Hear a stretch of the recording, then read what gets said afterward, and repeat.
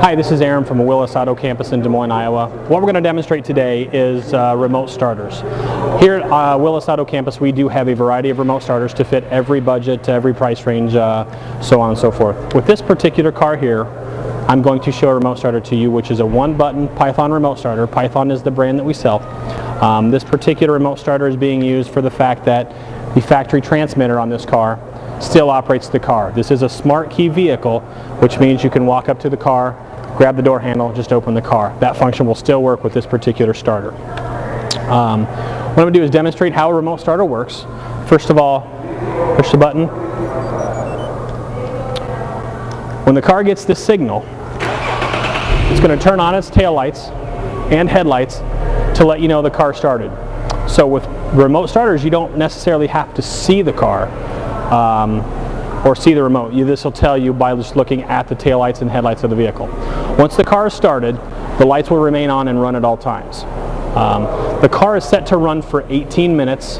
After that 18 minutes, it does have a timeout feature. Will automatically time itself out, shut the car down, remain with doors locked.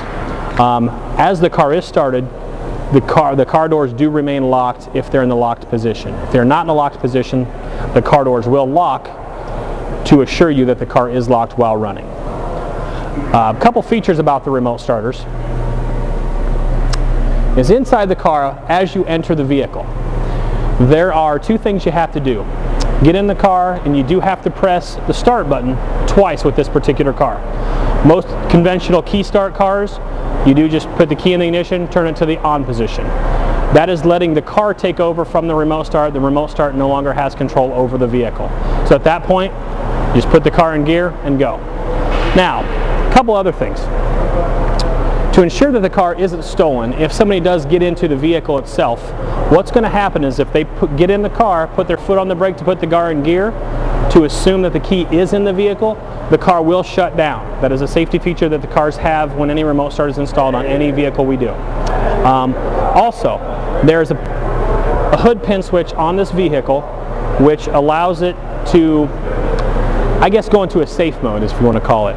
If the technician's working on the car, they put the keys in their pocket, leaning over the hood, getting in the engine compartment, and they automatically hit that start button, this car will not start because of that hood pin trigger. It's a safety feature to protect anybody working on the vehicle. In closing, remote starters are a good way to keep your car warm in the wintertime, cool in the summertime. Most of the time we kind of forget about the summer. The summer is a very good time to use a remote starter, cool the car down. I myself use it probably more in the summer than I do in the wintertime. But there's a great way to keep the car warmed up.